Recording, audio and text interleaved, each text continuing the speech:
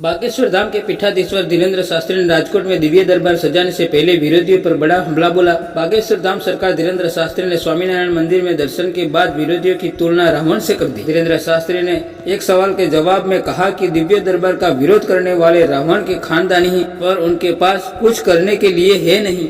बागेश्वर धाम सरकार ने मीडिया से कहा कि मेरा विरोध करने वालों को सेम टू यू कहना। राजकोट में बागेश्वर धाम सरकार के कार्यक्रम विज्ञान जाथा विरोध कर रही थी। विज्ञान जाथा संस्था के प्रमुख डॉक्टर जयंत पंड्या ने दिव्य दरबार की तुलना अंधश्रद्धा फैलाने से की है। स्वामीनारायण मंदिर में दर्शन के बागेश्वर धाम सरकार ने मीडिया से बातचीत की। इसमें उन्होंने तमाम सवालों के जवाब दिए। राजनीति से जुड़े सवाल पर उन्होंने कहा कि बीजेपी और कांग्रेस सभी उनके हैं, उनके पास दोनों दलों के लोग आते हैं। विज्ञान जाथा संस्था की तरफ से दिव्य दरबार कार्यक्रम का विरोध किए जाने पर धीरेन्द्र शास्त्री ने कहा कि राम जी जहाँ जहाँ जाते हैं रावण के खानदान के लोग आ जाते हैं। उज्जैन से दिक्कत किसको है?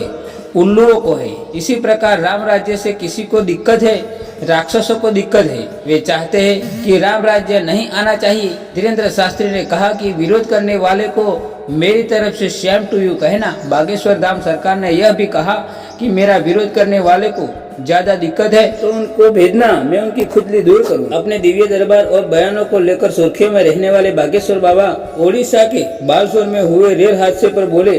गुजरात के वडोदरा में आयोजित दिव्य दरबार में बागेश्वर बाबा ने घटना पर दुख जताया और घायलों के शीघ्र स्वस्थ होने की कामना भी की। इसी दौरान बाबा बागेश्वर ने मीडिया के एक सवाल का उल्लेख करते हुए कहा कि उन्होंने अनिष्ट के संकेत मिलते हैं, इसके बारे में जानना अलग है और इसे टालना अलग विषय है। भगवान कृष्ण को भी पता था कि महाभारत होगी, लेकिन वो नहीं रोक पाए। धीरेन्द्र शास्त्री ने वडोदरा के दिव्य दरबार में कहा कि एक पत्रकार महोदय ने पूछा कि आपकी शक्ति किसी बड़ी घटना का संकेत दे सकती है? धीरेन्द्र शास्त्री ने इसके जवाब में कहा, यस माय डियर, घटना के बारे में जानना और उससे बचाना दो अलग अलग बातें हैं। श्री कृष्ण भी जानते थे कि महाभारत होगी, लेकिन वो इसे रोक नहीं पाई। हमारी ताकत बताती है कि हवा की गति जितनी अधिक होगी, सिग्नल उतना ही अधिक समय तक प्राप्त किया जा सकता है। राष्ट्र हित के लिए हम इसके अप्लाई करते रहेंगे। उन्होंने कहा कि उन्हें इतने ही गति के संकेत मिलते हैं जितनी गति पवन की है, क्योंकि वो पवन पुत्र के भक्त थे। बागेश्वर धाम के महंत ने कहा कि हिंदू राष्ट्र का मतलब सामाजिक समरसता है, जातिवाद शून्य हो जाए